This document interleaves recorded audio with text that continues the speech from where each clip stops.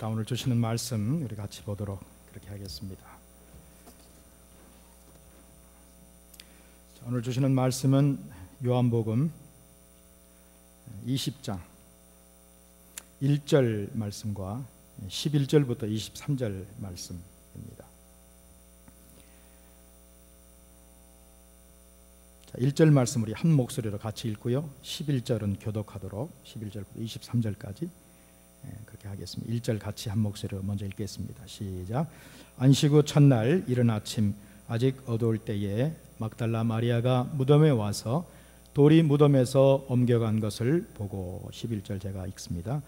마리아는 무덤 밖에 서서 울고 있더니 울면서 굽으려 무덤 속을 들여다보니 흰 옷 입은 두 천사가 예수의 시체에 누웠던 곳에 하나는 머리편에 하나는 발편에 앉았더라. 천사들이 가로되 여자여 어찌하여 우느냐 가로되 사람이 내 주를 가져다가 어디 두었는지 내가 알지 못함이니이다. 이 말을 하고 뒤로 돌이켜 예수의 서신 것을 보나 예수신 줄 알지 못하더라. 예수께서 가라사대 여자여 어찌하여 울며 누구를 찾느냐 하시니 마리아는 그가 동산직인 줄로 알고 가로되 주여 당신이 옮겨갔거든 어디 두었는지 내게 이르소서 그리하면 내가 가져가리이다. 예수께서 마리아야 하시거늘 마리아가 돌이켜 히브리 말로 라보니여 하니 이는 선생님이라. 예수께서 이르시되 나를 만지지 말라 내가 아직 아버지께로 올라가지 못하였노라. 너는 내 형제들에게 가서 이르되 내가 내 아버지 곧 너의 아버지 내 하나님 곧 너희 하나님께로 올라간다 하라 하신대. 막달라 마리아가 가서 제자들에게 내가 주를 보았다 하고 또 주께서 자기에게 이렇게 말씀하셨다 이러니라. 이튿날 곧 안식 후 첫날 저녁 때에 제자들이 유대인들을 두려워하여 모인 곳에 문들을 닫았더니 예수께서 오사 가운데 서서 가라사대 너희에게 평강이 있을지어다. 이 말씀을 하시고 손과 옆구리를 보이시니 제자들이 주를 보고 기뻐하더라. 예수께서도 가라사대 너희에게 평강이 있을지어다. 아버지께서 나를 보내신 것 같이 나도 너희를 보내노라. 이 말씀을 하시고 저희를 향하여서 숨을 내쉬며 가라사대 성령을 받으라. 23절 같이 읽겠습니다. 너희가 너희 죄든지 사하면 사하질 것이요 너희 죄든지 그대로 두면 그대로 있으리라 하시니라. 이 말씀은 하나님의 말씀입니다. 아멘. 함께했습니다.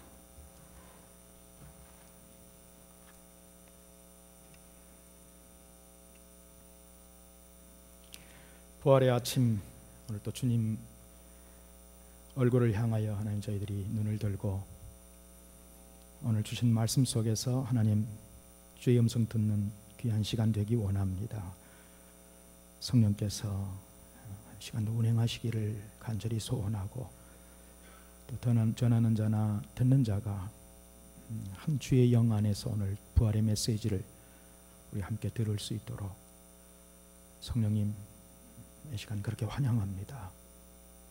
오늘 이 아침에 부활하신 주님을 또 우리도 보게 하시고 하나님 그 주님이 오늘 또 우리에게 말씀하신 귀한 말씀을 붙잡고 함께 주의 은혜 아래에 나아갈 수 있도록 성령님 그렇게 인도하옵소서. 예수님 이름으로 기도합니다. 아멘. 신앙은 체험입니다. 지식도 중요하지만 지식이 right information, 올바른 지식이 있을 때에 그 right information 위에 우리의 영적인 spiritual formation이 영적인 기초가 세워집니다. 초대교회의 가장 어려웠던 점이 부활을 믿지 못하는 사람들이었습니다. 그도 그럴 것이 구약에는 부활에 대한 얘기가 없습니다. 그래서 이스라엘 사람들은 부활에 대한 특별한 그런 생각을 갖지 못하고 있었을 때에 이 부활의 소식은 많은 유대인들에게는 굉장한 도전이었을 것입니다. 오늘날 우리에게도 마찬가지입니다. 그러므로 right information, 바른 성경의 지식이 우리에게 들어오는 것이 굉장히 중요하지요. 또 우리 자손들에게, 우리 자녀들에게 올바른 성경의 지식을 바로 가르치는 것이 굉장히 중요합니다. 그렇지 못하면 우리의 영적인 기초가 spiritual formation이 deform 되죠. right information이 안 들어오면 잘못됩니다. 그러므로 즉시 잘못된 인포메이션을 다시 reformation 해줘야 될 필요가 있는 것이죠. 똑같은 부활의 현장에 오늘 세 사람이 등장을 합니다. 그런데 각각 다른 체험을 하고 있는 것을 우리가 오늘 보게 됩니다. 어떤 사람은 부활의 주님을 만나보지도 못했고 믿지도 못했습니다. 그런데 어떤 사람은 부활하신 주님을 보지 않고도 믿게 되었고요. 또 한 사람은 예수님을 만나서 부활의 주님을 믿게 되고 영접하게 된 귀한 사건을 오늘 우리가 보게 됩니다. 중요한 것은 이 세 사람이 다 종국에는 하나님의 부활의 증인이 되었다 하는 것입니다. 그래서 저는 오늘 좀 초점을, 포인트를 누가 예수님, 부활의 주님을 먼저 만났는가, 먼저 믿었는가, 그게 중요한 것이 아니라 다 각기 차이가 있지만 보는 관점에 따라서 혹은 믿음에 따라서, 그러나 결국은 우리 모든 사람들은 다 부활의 증인으로 그렇게 하나님이 우리를 보내셨다 하는데 초점을 두고 오늘 본문 말씀을 같이 묵상하면서 오늘 여러분과 저에게, 우리 각자에게 주시는 부활의 메시지를 받았으면 좋겠다는 생각을 갖습니다. 자, 오늘 베드로가 등장을 합니다. 요한복음 20장 3절부터 7절까지 보면 베드로와 그 다른 제자가 나가서 무덤으로 갈새 둘이 같이 다름질하더니 그 다른 제자가 베드로보다 더 빨리 달아나서 먼저 무덤에 이르러 굽으려 세마포 놓인 것을 보았으나 들어가지는 아니하였더니 시몬 베드로도 따라와서 무덤에 들어가 보니 새 마포가 놓였고 머리를 쌌던 수건은 새 마포와 함께 놓이지 않고 딴 곳에 객혀 있더라. 예수님의 무덤이 비어 있다고 하는 얘기를 막달라 마리아를 통해서 들은 두 제자가 무덤을 향해서 달려갑니다. 그런데 성경은 요한이 베드로보다 훨씬 달리기를 잘한 것 같아요. 그런데 요한은 뭔가 마음에 두려움이 생겨서 그랬는지 무덤 안에 들어가 보지를 못했습니다. 그리고 그냥 밖에서만 봤지요. 근데 베드로는 늦게 도착하자마자 바로 무덤 안으로 들어갔습니다. 그리고 예수님이 시신이 없어졌다는 사실을 확인하고 바로 그냥 집으로 돌아갔다. 오늘 10절 말씀에 보니까 이에 두 제자가 자기 집으로 돌아가니라, 그렇게 얘기를 합니다. 저는 베드로를 생각을 해봅니다. 마음도 행동도 굉장히 앞서가지요. 그러나 깊이 생각하지 못하는 것이 베드로의 약점이라고 생각이 됩니다. 깨달음이 늦는 것이죠. 저는 그런 생각이 들어요. 교회 안에 여러 부류의 사람들이 있습니다. 똑같은 부활의 현장에 갔지만 어떤 사람은 더디 늦게 깨닫는 사람들이 있습니다. 성격에 따라서 그렇습니다. 오늘 베드로가 그런 사람이 아닌가 생각이 듭니다. 그럼에도 불구하고 중요한 것은 이런 베드로에게 예수님은 특별한 사명을 맡기시고 귀한 부활의 증인으로 그렇게 사역을 맡기셨다 하는 것입니다. 요한복음 21장으로 가면 예수님께서 부활 후에 특별히 베드로를 찾아오셔서 부인했던 그 베드로에게 다시 회복시키시고 사랑을 확인한 뒤에 사명을 맡기셨다는 것을 보게 됩니다. 두 번째 사람 요한을 우리가 오늘 또 보게 되죠. 요한은 베드로와 굉장히 성격이 다른 것 같습니다. 베드로보다 먼저 무덤에 왔지만 주춤거렸습니다. 무덤에 들어가는 것을 꺼렸습니다. 조심성이 많은 사람이죠. 굉장히 섬세하고 꼼꼼했던 것 같습니다. 베드로가 뒤에 도착했지만 그냥 무덤 안으로 들어가는 것을 보고 요한도 따라 들어가서 무덤을 보았습니다. 근데 베드로처럼 별것 없구만 하고 그냥 가지 않고 남이 보지 못한 것을 사도 요한은 보았다는 것입니다. 거기에 예수님의 수의가 베옷이 따로 있고 예수님의 얼굴을 감쌌던 수건이 한쪽에 따로 개켜져 있는 것을 보았습니다. 오늘 성경 8절 말씀은 우리에게 요한에 대한 새로운 관점을 보여주고 있습니다. 8절 말씀 보니까 그때야 무덤에 먼저 왔던 그 다른 제자도 들어가 보고 믿더라. He believed. 피스토스, 믿었다. 저는 그 믿었다고 하는 그 말이 관심이 갔습니다. 무엇을 믿었다는 것인가? 예수님이 사라지고 안 계신다는 것을 확인했다는 말인가? 예수님의 몸을 누군가 훔쳐갔다고 하는 사실을 믿었다는 말인가? 도대체 무엇을 믿었다는 말인가? 아마 예수님의 시체가 없어진 것을 확인하고 믿었다고 이렇게 우리가 생각을 한다고 그런다면 그건 옳은 해석은 아니라 생각이 듭니다. 왜냐하면 이미 4절에서 5절 말씀에 보니까 둘이 같이 다름질하더니 그 다른 제자가 베드로보다 더 빨리 달아나서 먼저 무덤에 이르러, 그 다음에 5절 보면 굽으려 새 마포 놓인 것을 보았으나 그랬습니다. 그러니까 안을 들여다본 거예요. 예수님의 몸이, 시체가 없는 것을 이미 확인했습니다. 그렇다고 한다면 오늘 8절에서 들어가 보고 믿었다고 하는 말은 예수님의 시체가 없어진 것을 믿었다고 하는 그런 의미는 아니라고 생각이 듭니다. 그렇다고 한다면 요한은 무엇을 믿었다는 말일까요? 저는 거기서 힌트를 얻는 것이 뭔가 하면 요한복음 11장 44절에 거기서 힌트를 얻습니다. 이 나사로의 얘기입니다. 이런 말씀이 있어요. 죽은 자가 수족을 배로 동인 채로 나오는데 그 얼굴은 수건에 쌓였더라. 예수께서 가라사대 풀어놓아 다니게 하라 하시니라.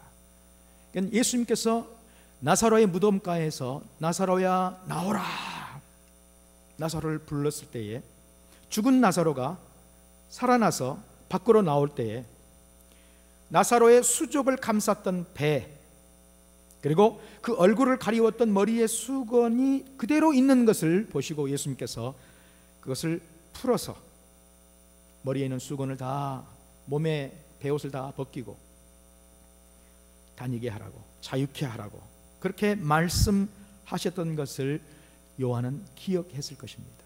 그래서 요한복음 11장의 44절에 그걸 기록한 것이죠.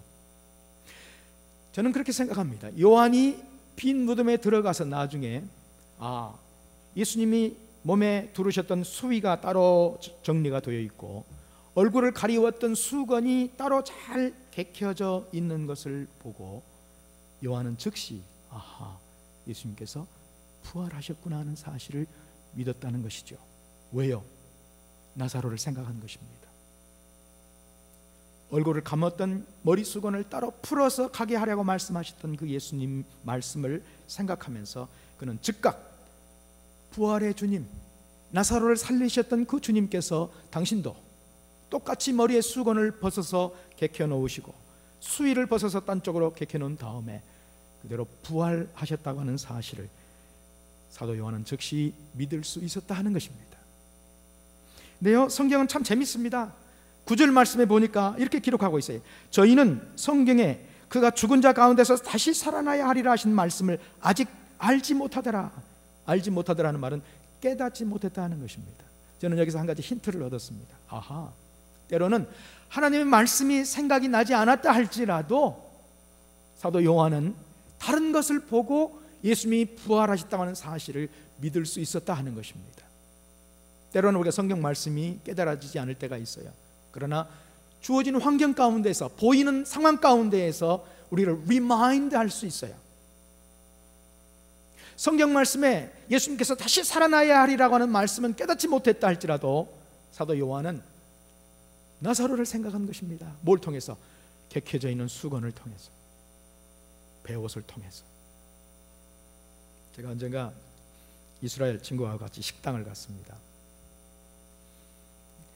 냅킨이 나오는데요. 제가 우리 한국 사람들은 그렇잖아요. 먹고 난 다음에 냅킨을 잘 개서 식탁 위에다 딱 이렇게 놓지요. 그게 보통 저는 그렇게 합니다. 차고 썼다가 잘 나중에 딱 갠 다음에 식탁에다 다 올려놓고 나오는 것입니다. 이스라엘 친구가 저한테 그런 얘기를 하는 거예요. 스티븐, 이스라엘의 문화는 식당에 가서 냅킨을 사용한 다음에 너처럼 잘 차곡차곡 잘 개서 딱 갖다 놓으면 무슨 메시지가 그 이스라엘 식당에 전파가 되는가, 선포가 되는가 하면 나는 더 이상 이 집은 오지 않겠다 하고 표시가 된다는 거야. 왜냐하면 착착착 잘 개켜 놓으면 끝났다는 것이죠. I will not return back. 다시 돌아오지 않겠다는 의미가 있는 겁니다. 그러면 다시 오겠다, 음식이 맛있다 그러면 어떻게 하는 거예요? 그냥 흥크러진 태로 이렇게 놓으면 다시 오겠다고 하는 의미라는 거예요.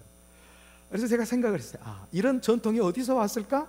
생각하니까 예수님 무덤이란 말이에요. 차곡차곡 다 이렇게 해서 정리를 해서 딱 갖다 놓고 나는 다시 이 무덤에는 돌아오지 않겠다. He is risen forever. 영원히 사신 주님. 아마 그래서 유대인들에게 이스라엘에 이런 전통이 생기지 않았는가 그 생각을 하는 거예요. 이거를 요한은 놓치지 않았습니다. 차곡차곡 개 있는 모습을 요한은 놓치지 않았다는 말이에요. 그래서 제가 생각할 때 8절에 들어가 보고 믿었다고 하는 말은 요한은 나사로를 생각하고 배에 잘 개켜져 있는 머리에 수건을 보면서 He is risen, 주님이 살아나셨다, 믿게 되었다, 그렇게 소개하고 있는 것입니다. 막달라 마리아가 세 번째 사람입니다. 근데 막달라 마리아라고 하는 사람은 요한복음에 19장에 처음으로 등장을 하는데 전혀 사람들의 관심이 없는, 사람들이 막달라 마리아에게 초점이 없는 말로 시작을 합니다. 요한복음 19장 25절에 막달라 마리아에 대해서 이렇게 소개합니다. 예수의 십자가 곁에는 그 모친과 이모와 글로바의 아내 마리아와 그리고 막달라 마리아가 섰는지라. 그런데 20장에 딱 들어오면서, 오늘 우리가 읽은 20장에 딱 들어오면서 하이라이트가, 카메라의 포커스가 누구에게 집중되는가 하면 막달라 마리아에게 집중되는 것입니다. 성경은 막달라 마리아가 어떤 여인인가를 사도 요한은 전혀 언급하고 있지 않습니다. 그래서 저는 막달라 마리아에 대해서 우리가 좀 정보를 가졌으면 좋겠다 해서 공관복음에 다른 사람들 마태, 마가, 누가는 어떻게 막달라 마리아를 알고 있는가, 거기서 저희가 정보를 얻을 수 있습니다. 누가복음 8장 2절에 보니까 막달라 마리아에 대해서 이렇게 소개합니다. 또한 악귀를 쫓아내심과 병 고침을 받은 어떤 여자들, 곧 7 귀신이 나간 자 막달라인이라 하는 마리아와, 그러니까 우리가 뭘 알 수 있어요? 막달라 마리아는 7 귀신이 들었던 여인인데 예수님을 만나서 치유됐구나, 회복된 여인이라는 사실을 우리가 알 수 있습니다. 누가복음 8장 3절에 또 헤롯의 청지기 구사의 아내 요한나와 또 수산나와 다른 여러 여자가 함께 있어 자기들의 소유로 저희를 섬기더라. 여기서 저희는 예수님의 제자들입니다. 그러니까 치유받은 뒤에는 예수님의 선교 여행, 전도 여행에 따라다니면서 예수님의 제자들을 밥을 해준 거예요, 이 여인이. 그리고 마태복음 27장 56절에 막달라 마리아에 대해서 또 이렇게 소개하고 있습니다. 그 중에 막달라 마리아와 또 야고보와 요셉의 어머니 마리아와 또 세베대의 아들들의 어머니도 있더라. 여기가 있더라는 데가 어딘가 하면 예수님의 십자가의 현장입니다. 예수님이 십자가에 달려 돌아가시는, 못 박히실 바로 그 현장에 이 여인들이 있는데 그 중에 한 사람이 막달라 마리아였다. 그리고 오늘 20장으로, 요한복음 20장으로 딱 올라오니까 막달라 마리아가 예수님의 무덤 앞에 가장 먼저 예수님의 장례식도 끝까지 지켜보았고, 그리고 안식일이 지나고 안식 후 첫날 새벽 미명에 가장 먼저 누구도 일어나지도 않은 때에 막달라 마리아는 예수님이 어떻게 됐을까를 생각하고 그 무덤에 달려왔다고 오늘 소개하고 있습니다. 그리고 무덤에 와 보니까 빈 무덤인 것을 알게 됐습니다. 엄청 놀란 것이죠. 그래서 불이 나게 제자들에게 가서 일릅니다. 누구에게요? 베드로와 요한에게. 예수님의 몸이 없어졌다고, 누군가가 훔쳐간 것 같다고, 부활했다고는 생각지 못한 거죠. 그래서 두 제자가 달려온 거예요. 베드로는 보고 정말 없어졌구나 하고 그냥 가버렸고, 요한은 뭔가 눈치를 챘고 그래서 갔고, 근데 이 막달라 마리아 이 여인만은 그 자리를 떠날 수가 없는 거죠. 뭐예요? 누가 가져갔을까? 어떻게 됐을까? 걱정 때문에. 혼자 있는 동안에 오늘 20장 11절은 이렇게 우리에게 얘기를 합니다. 마리아는 무덤 밖에 서서 울고 있더니, 울면서 굽으려 무덤 속을 들여다보니 12절에 흰옷 입은 두 천사가 예수의 시체 누웠던 곳에 하나는 머리편에 하나는 발편에 앉았더라. 13절 천사들이 가로되 여자여 어찌하여 우느냐? Woman, why are you crying? 가로되 사람이 내 주를 가져다가 어디에 두었는지 내가 알지 못함이니이다. 저는 여기 막달라 마리아의 내 주라고 하는 이 표현이 제 마음속에 와서 부딪혔어요. My Lord.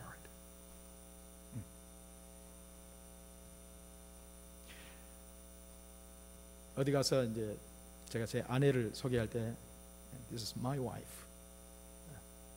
my husband. 지난번에 제가 우리 목사님들하고 같이 커피점을 갔어요. 스타벅스 커피점을 갔는데 우리 교회에 나오는 자매가 다른 외국인 자매하고 같이 커피를 마시러 들어왔어요.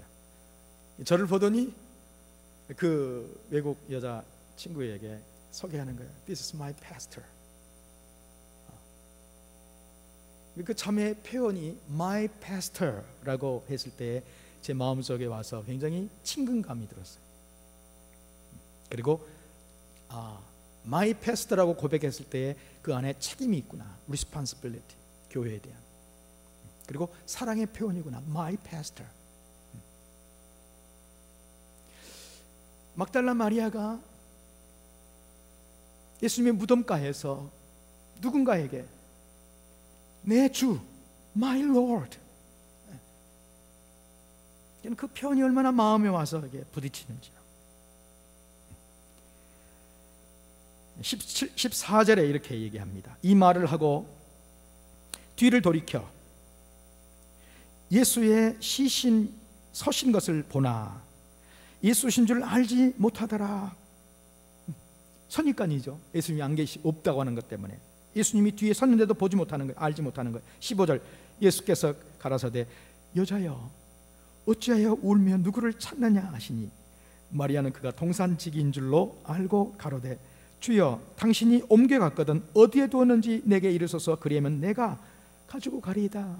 시신을 모시겠다고 얘기하는 것입니다. 여러분, 지금 예수님이 마리아에게 여자여 하고 천사가 얘기하는 것처럼 똑같이 얘기합니다. 근데 마리아는 동산직인 줄 아는 것이, 동산을 지키는 사람인 줄로 생각하는 것입니다. 그래서 내 주를 누가 가져갔는지, 시신을 누가 가져갔는지 내게 가져오면 내가 모시겠다고. 마리아의 이 같은 사랑의 고백을 듣는 순간 예수님은 더 이상 견딜 수 없었던 것 같아요. 그 여인을 더 이상 울리고 싶지 않았던 마음이 있었던 것 같아요. 그래서 바로 이어서 예수님께서 16절에 예수께서 마리아야 하시거늘 마리아가 돌이켜 히브리 말로 라보니요 하니 이는 선생님이라. 제가 그 그림을 그려보는 거예요. 그 당시 예수님께서 여자여 처음에는 얘기했지만 마리아가 알아듣지 못하자 마리아야 하고 얘기했을 때 평상시 마리아가 들었던 같은 톤으로, 같은 어조로, 같은 사랑이 섞인 그 마음으로 마리아를 불렀을 때 마리아는 즉시 예수님의 목소리를 알아차릴 수 있었다. 그리고 뒤를 돌아서 라보니요. 감동적인 만남이죠. 제가 생각할 때는 아마 예수님께 달려갔을 거예요. 붙잡으려고 쫓아갔을 거예요. 어쩌면 좀 포옹하고 싶은 마음이 있었을 거예요. 얼마나 마음이 그동안에 시신이 없어진 것처럼. 그런데 예수님께서 살아계셔서 뒤에 서 계신다고 같은 목소리로, 똑같은 목소리로 평상시에 부르셨던 그 같은 어조로 자기를 불렀을 때 얼마나 여러분 감격적이었겠어요. 달려가서 붙잡으려고 그러니까 예수님께서 뭐라고 그럽니까? 17절에 예수께서 이르시되 나를 만지지 마라. 내가 아직 아버지께로 올라가지 못하였노라. 너는 내 형제들에게 가서 이르되 내가 내 아버지 곧 너의 아버지, 너희의 아버지, 내 하나님 곧 너희의 하나님께로 올라간다 하라 하신대. 여러분, 저는 오늘 이 17절 말씀을 오늘의 주제의 말씀으로 포인트로 제가 잡고 싶어요. 왜냐하면 예수님께서 내 형제들에게 가라고 말씀하십니다. 이것은 예수님의 가족에 대한 표현이에요. 사랑의 표현이에요. 그리고 내 아버지, 너희의 아버지, 내 하나님, 너희의 하나님. 이것은 예수님이 전에 말씀하시지 않았던 새로운 표현입니다.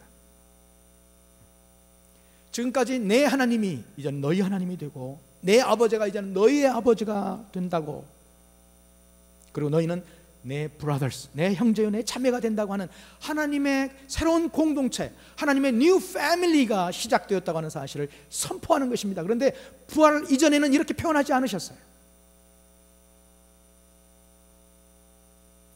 킹덤 띵킹이에요. 하나님의 새로운 나라에 대한 새 창조의 역사를 선포하신 것입니다. 무엇으로요? 십자가에서 값을 지불하심으로 이제 너희가 하나님과 화목되었다. 길이 열렸다. 이제는 한 하나님의 자녀라고. 내 하나님이 이제 너희 하나님, 내 아버지가 너희 아버지. 이것은 부활의 메시지입니다. 온 세상에, 온 땅 끝에 알려야 될 부활의 메시지예요. 이 엄청난 메시지를 누구에게요? 막달라 마리아에게 처음으로 예수님께서 주시는 것이죠. 저는 우리 가끔씩 동역하는 동역자들이 힘들어할 때 가슴이 아플 때가 많아요. 주님을 위해 살아보겠다고 미국까지 와서 저런 고생을 하고 있구나. 가슴이 찡이 올 때가 있어요. 때로는 울컥할 마음도 생겨요. 선교사님 볼 때도 마찬가지예요. 예수님 사랑에 매여서 낯설은 곳에 2류 3류급 대접을 받으면서 불안에 떨면서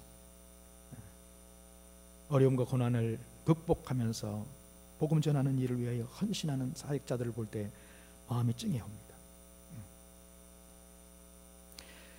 올 여름에 저희 선교팀들은 지금 이런 사역들을 구상하고 있습니다. 지금까지 우리가 해왔던 베트남 사역 감사하죠. 올해도 우리 Pathfinders 또 EM을 중심으로 이 사역을 진행해 나가려고 하고요.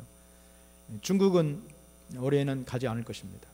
선교사님이 안신년 기간이기 때문에 대신에 저희는 인도 차이나 반도에 메콩 리버 미션, 메콩강 중심으로 한 타일랜드의 센터가 지금 우리 교단에 사역하시는 선교사님 센터가 있는데 거기에 바로 라오스와 미얀마, 버마의 바로 보더라인의 국경 지역의 치앙라이라고 하는 곳에 선교센터를 두어서 타일랜드와 라오스와 버마 그리고 우리 베트남 그쪽 인도 차이나 반도 메콩 리버 메콩강이 흐르는 그 지역 90% 이상이 부디즘이죠. 불교인들이죠. 그리고 사회주의로 있는 곳입니다. 어쩌면 선교의 마지막 타겟이 될 수 있는 그런 지역이죠. 그래서 올 여름에는 중국 대신에 우리가 그쪽을 향해서 지금 가기 위해서 준비를 하고 있고요. 또 하나는 우리가 멕시코 사역을 계속 또 올해도 나가야 될 거고 그동안에 아리조나 사역들을 우리가 했는데 올해는 아리조나 사역은 이제 거기에 마무리하려고 합니다. 대신 세 가지 옵션을 가지고 저희들이 기도하고 있습니다. 하나는 캠퍼스 선교를 우리 청년들을 중심으로 해서 지금 준비를 하고 있고요. 또 하나는 우리 교단의 어려운 교회들, 개척 교회들, 새로 시작해서 아주 힘들어하는 교회들을 찾아서 타주에 있든 어디에 있든지 간에 우리가 가서 VBS도 하고 또 전도도 같이 도와주고 또 주변에 사람들을 초청해서 그 어려운 개척교회를 돕는, 그래서 그 교회에 힘을 실어주는 그런 일들을 계획을 세우고 있고, 또 하나는 타민족 교회, 우리 주변에 있는 타민족 교회들 가운데 또 우리와 같이 사역할 수 있는 가능성이 있는 그런 교회들을 골라서 전도하는 일들을 이렇게 옵션을 두고 계획을 이번 여름에 이렇게 세우고 있습니다. 이 일을 위해서 5월 19일 날 주일날 저녁에 지금 선교 음악회를 준비를 하고 있고, 또 게스트 싱어를 저희들이 컨택 중입니다. 하나님께서 이번 여름에도 우리 선교부를 통해서 온 교회가 같이 이 부활의 메시지를 선포하는 일들을 위해서 우리가 같이 진행을 해 나가도록 그렇게 기도하고 있습니다. 자, 이 말씀을 제가 이제 마무리하면서 17절 이하를 여러분 좀 보시기 바랍니다. 예수께서 이르시되 나를 만지지 말라, 내가 아직 아버지께로 올라가지 못하였느라. 너는 내 형제들에게 가서 내가 내 아버지 곧 너희의 아버지, 내 하나님 곧 너희의 하나님께로 올라간다 하라 하신대. 18절 막달라 마리아가 가서 제자들에게 내가 주를 보았다, 그리고 주께서 자기에게 이렇게 말씀하셨다, 이 두 가지를 선포합니다. 하나는 I have seen him, I saw him, 내가 그를 보았다. 그리고 예수님께서 나에게 이렇게 말씀하셨다. 이게 부활의 메시지죠. 내가 보았고 내게 이렇게 말씀하셨다. 근데 감사한 것은요, 예수님께서 유대인들이 두려워서 문을 닫고 있는 제자들에게 직접 찾아오셨다는 것이죠. 19절을 보십시오. 이날 곧 안식 후 첫날 저녁 때에 제자들이 유대인들을 두려워하여 모인 곳에 문들을 닫았더니 예수께서 오사 가운데 서서 가라사대 너희에게 평강이 있을지어다, 이 말씀을 하시고 손과 옆구리를 보이시니 제자들이 주를 보고 기뻐하더라. 21절 23절까지 예수께서 또 가라사대 너희에게 평강이 있을지어다, 아버지께서 나를 보내신 것 같이 나도 너희를 보내노라, 이 말씀을 하시고 저희를 향하여서 숨을 내쉬며 가라사대 성령을 받아라. 너희가 네 죄든지 사하면 사해질 것이요 네 죄든지 그대로 두면 그대로 있으리라 하시니라. 네 가지를 분부합니다. 이 부활의 메시지입니다. 첫째는 평강이에요. 두 번씩이나 주님께서 너희에게 평강이 있을지어다, 평강이 있을지어다 두 번이나 축복하십니다. 평강은 샬롬입니다. 샬롬의 의미는 하나님의 통치하심입니다. 하나님의 왕국입니다. 하나님이 다스리시는 것입니다. 너희에게 평강이 있을지어다라고 말씀했을 때에 이제는 우리의 안에 우리의 마음의 왕국에 누가 통치하시냐고요? 이제는 주님께서 통치하시겠다고 말씀하시는 샬롬. I will reign in you. He is reigning. 하나님께서 우리를 통치하신다. 평강에 두 번씩이나 말씀하시고요. 두 번째는 우리에게 미션을 주시는데 아버지께서 나를 보낸 것 같이 나도 너를 보낸다고 그렇게 말씀하십니다. 이것은 교회에 대한 사명입니다. 보냄받은 교회, 아포스톨릭 처치, 보냄받은 말씀에 대해서 그렇게 얘기합니다. 자, 내가 그리스도와 함께, 갈라디아서 2장 20절에 보니까 내가 그리스도와 함께 십자가에 못 박혀나니 그런즉 이제는 내가 산 것이 아니 오직 내 안에 그리스도께서 사신 것이라. 이제 내가 육체 가운데 사는 것은 나를 사랑하사 나를 위하여 자기 몸을 버리신 하나님의 아들을 믿는 믿음 안에서 사는 것이라. 이게 샬롬이고요. 두 번째 사명은 마태복음 28장 18절 20절 잘 아시죠?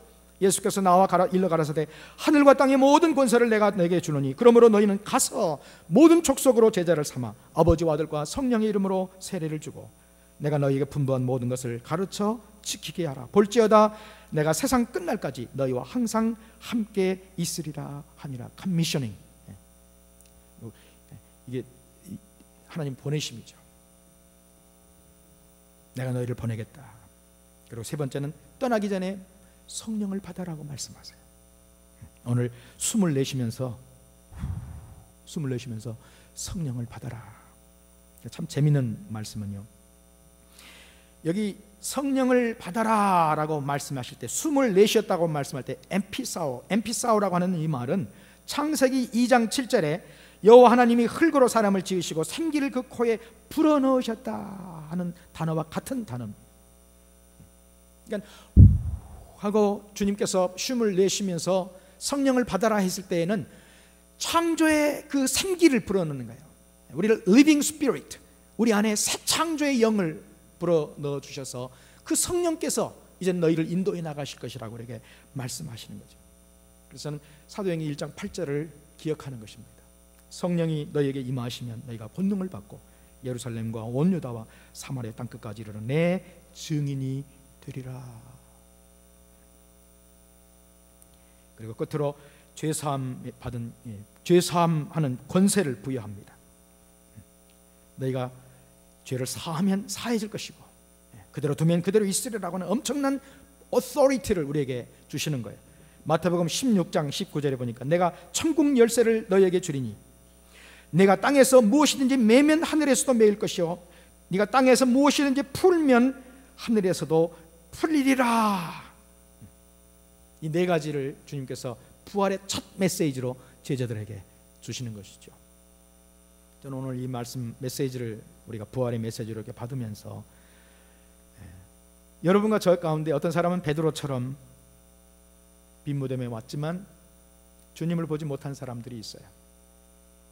그러나 포기하지 마세요. 왜냐하면 주님께서 찾아오셔서 보여주시기 때문에.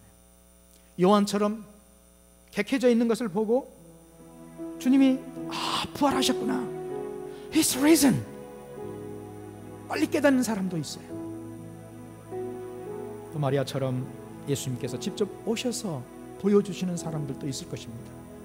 여러분이 어떤 부류의 사람이든지 간에 Don't worry, 우리가 걱정하지 말 것은 주님께서 마지막 결국에는 예수님께서 오셔서 모든 사람들에게 손과 옆구리를 보여주시면서 부활의 주님이심을 모든 사람에게 보여주시고 너에게 평강이 있을지어다. 아버지가 나를 보낸 것 같이 나도 너희를 보낸다. 그리고 성령을 받아라. 너에게 용서의 권세를 내가 너에게 주겠다. 오늘 이 메시지, 부활의 메시지를 오늘 여러분과 저에게 주님께서 부탁하셨어요. 이것을 위해서 오늘 여러분과 제가, 우리 교회가 이 자리에 있는 것입니다. 잠시 머리 숙여서 기도하겠습니다.